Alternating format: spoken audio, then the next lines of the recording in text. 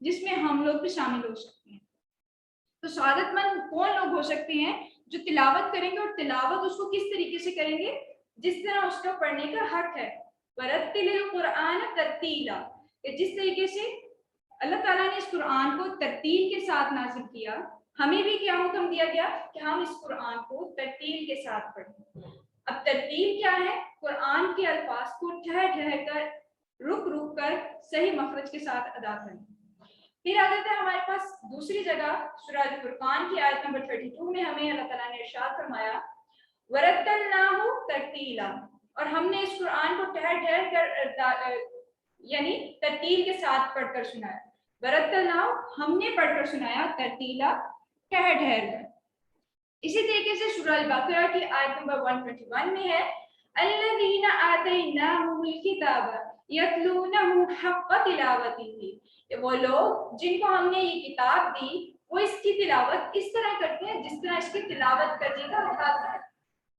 یعنی جس طرح اللہ تعالیٰ نے یہ نازل کیا، جبرائیل علیہ السلام کے ذریعے رسول اللہ تک پہنچایا، آگے رسول اللہ نے اس کو یاد کیا، صحابہ کو یاد کرایا، تو اس کو پڑھنے کا جس طریقے سے حق ہے ہم نے کیا کرنا ہے؟ اس کو اسی طریقے سے ہی ادا کرنا ہے. تو یہ ہم دیکھ رہے ہیں تجوید کی اہمیت کیا ہے، اس کو سیکھنا کیوں ضروری ہے. قرآن کی میں روح سے ہم دیکھ رہے ہیں کہ اللہ تعالیٰ نے قرآن میں مختلف متعدد مقامات پر قرآن کو تجوید اور ترتیل کے ساتھ پڑھنے کا ہمیں حکم دیا ہے. اسی طرح اب ہم دیکھتے ہیں تھوڑا احادیث کے حوالے سے کہ رسول اللہ صلی اللہ علیہ وسلم نے اس قرآن کو پڑھنے کے لیے ہمیں کیا کچھ حکم دیا.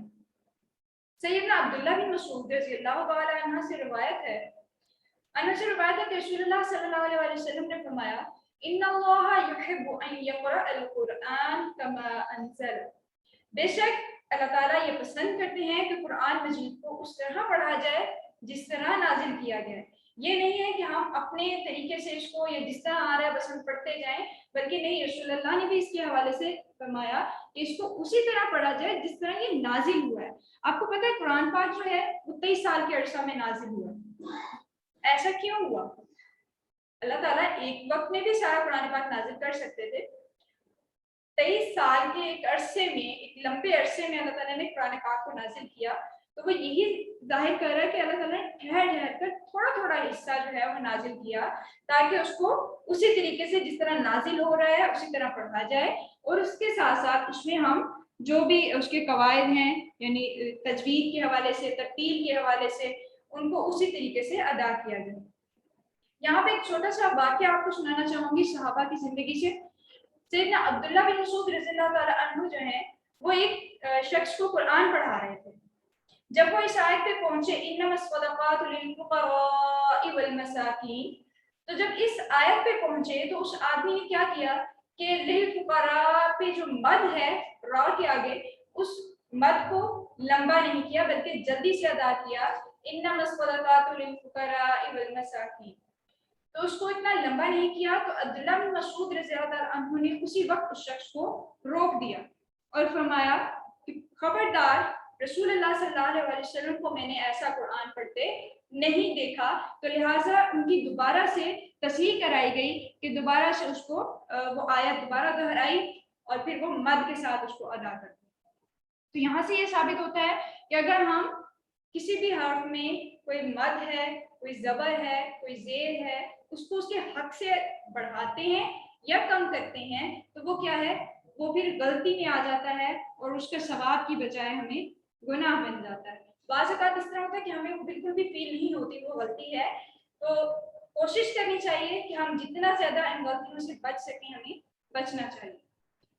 اب تجوید اور ترتیل کے حوالے سے تھوڑا سا ہمیں عبداللہ بن مسعود رضی اللہ تعالیٰ عنہ سے یہ بھی ان کا ایک قول ملتا ہے جوید القرآن وزینوہ باحسن الاصوات، قرآن کو تجوید کے ساتھ پڑھا کرو اور اچھی آوازوں کے ساتھ مزین کرو. اب ہماری آوازیں کس طرح اچھی ہو سکتی ہیں؟ جب تک ہم تجوید کے ساتھ اس کو ترتیل کے ساتھ نہیں پڑھیں گے، ہم جلدی سے یعنی وقت کی کمی کی وجہ سے ہم جلدی ادا کرتے جائیں الفاظ کو تو ہم ان کا حق ادا نہیں کر پاتے. تو اس لیے جب ہم قرآن کو جس طرح اس کا حق ہے اس کو اس طریقے سے الفاظ کو ادا کریں گے تو وہ خود بخود ہماری آوازوں کے ساتھ مزین ہو جائے گا.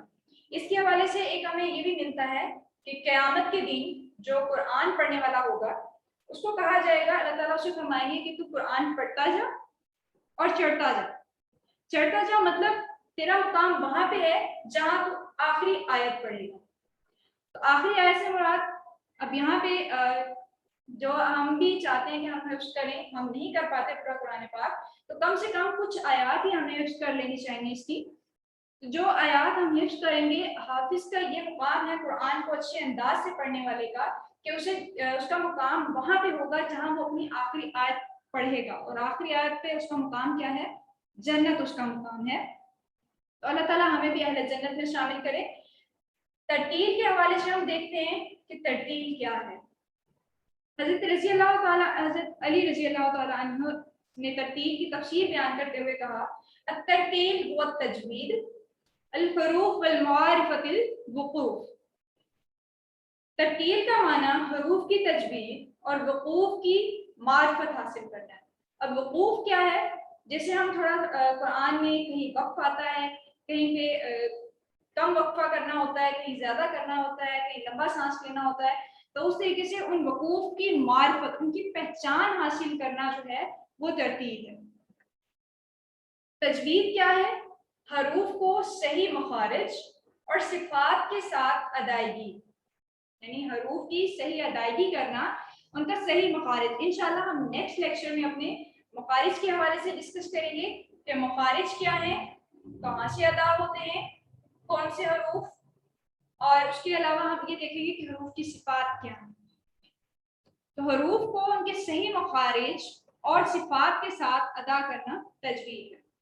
جیسے کہ میں نے پہلے تھوڑا سا بتایا آپ کو کہ علم تجوید کے حوالے سے ہم یہ دیکھیں گے کہ یہ علم ہم تک کیسے پہنچا، تو اس کے حوالے سے ہم دیکھتے ہیں کہ اس کا آغاز جو ہے وہ دوسری صدی کے نصف یعنی 150 ہجری سے ہوا تھا، اور اس سے پہلے طریقہ تعلیم یہ تھا کہ نبی کریم صلی اللہ علیہ وسلم نے جبرائیل امین سے جس طرح سنا اسے اسی انداز میں صحابہ کو تعلیم دی، یعنی جیسے جبرائیل علیہ السلام قرآن لے کر آتے تھے، کوئی بھی آیت نازل ہوتی تھی تو رسول اللہ صلی اللہ علیہ وسلم اسی وقت صحابہ کو یاد کروا دیتے تھے، اور صحابہ کے یاد کرنے کا طریقہ کیا ہوتا تھا؟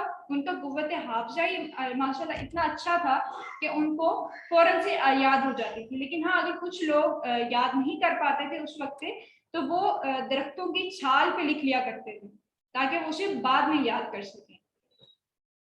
اب ان کے جو علم تجوید کے ہمارے پاس کچھ قواعد ہیں، وہ کن کن لوگوں نے جمع کیے، اس میں ہمارے پاس 4 اہم نام آتے ہیں: خلیل احمد فراہیدی، ابو عبید القاسم بن سلام، عمر بن عثمان سبویہ، ابو زکریا عرف فرا۔ تو اس میں ہمارے پاس جو سب سے زیادہ آج کل جو ہمارے چل رہا ہے تجوید کا طریقہ، وہ خلیل بن احمد فراہیدی کا طریقہ چل رہا ہے، اور انہی کے قواعد کو زیادہ فالو کیا جاتا ہے۔ اس کے بعد ہمارے پاس آتے ہیں قاری حفص عن عاصم۔ یہ ہمارے پاس ان کا جو ہے تلاوت کا جو ایک طریقہ ہے وہ انہوں نے متعارف کرایا تھا، تو ان کے حوالے سے تھوڑا سا دیکھ لیں۔ ابو عمر حفص بن سلیمان کوفہ میں 90 ہجری میں پیدا ہوئے تھے، اور 90 سال کی عمر پا کر 180 ہجری میں انہوں نے وفات پائی تھی، اور ان کا طریقہ جو ہے وہ امام ابو عاصم بن ابی نجوید سے سیکھا تھا انہوں نے اپنا طریقہ، اور یہ تبع تابعین میں سے ہیں۔ اب تبع تابعین کون ہیں؟ سب سے پہلے آتے ہیں ہمارے پاس صحابہ۔ صحابہ کون ہیں؟ جنہوں نے رسول اللہ کو دیکھا، ان سے سیکھا۔ پھر تابعین آ جاتے ہیں۔ تابعین کون ہیں؟ جنہوں نے صحابہ کو دیکھا، صحابہ سے سیکھا۔ پھر تبع تابعین وہ آ جاتے ہیں جنہوں نے تابعین سے سیکھا، تابعین کو دیکھا، وہ تبع تابعین ہوتے ہیں۔ تو یہاں پہ یہ بھی تبع تابعین میں سے ہیں، اور اس لیے ابو عمر حفص بن سلیمان کا نام قاری حفص عن عاصم پڑ گیا۔ جو طریقہ انہوں نے سیکھا اسے حفص عن عاصم کا طریقہ ہی کہا جاتا ہے، اور ہم بھی انشاءاللہ کوشش کریں گے کہ ہم حفص عن عاصم کے طریقے کو سمجھ سکیں اور اسے قرآن کی تلاوت اسی کے اصول پر کر سکیں۔ اب ہم دیکھتے ہیں تجوید کیا ہے۔ ابھی تو پہلے ہم نے صرف اس کی تجوید کی تعریف دیکھی تھی کہ حروف کی صحیح ادائیگی اور ان کے صحیح صفات کے ساتھ یعنی مخارج کے ساتھ ادا کرنا۔ تو اس کا لغوی معنی کیا ہوتا ہے؟ تجوید کا جودہ سے نکلا ہے یہ، جس کا مطلب ہوتا ہے عمدہ کرنا، اچھا کرنا، یعنی اچھا کر کے کسی بھی لفظ کو، حرف کو ادا کرنا، وہ ہوتا ہے تجوید۔ اور تجوید کا اصطلاحی معنی کیا ہے؟ قرآنی حروف کو ان کے مخارج اور تمام صفات کے ساتھ ادا کرنا تجوید کا اصطلاحی معنی ہے۔ اس کے بعد تجوید کا موضوع کیا ہے؟ تجوید کے موضوع سے مراد یہ ہے کہ حروف تہجی، عربی کے حروف تہجی کو حروف تہجی بھی ہم بول دیتے ہیں، لیکن عربی میں ان کا ایک خاص نام ہے جن کو ہم کہتے ہیں حروف الہجا۔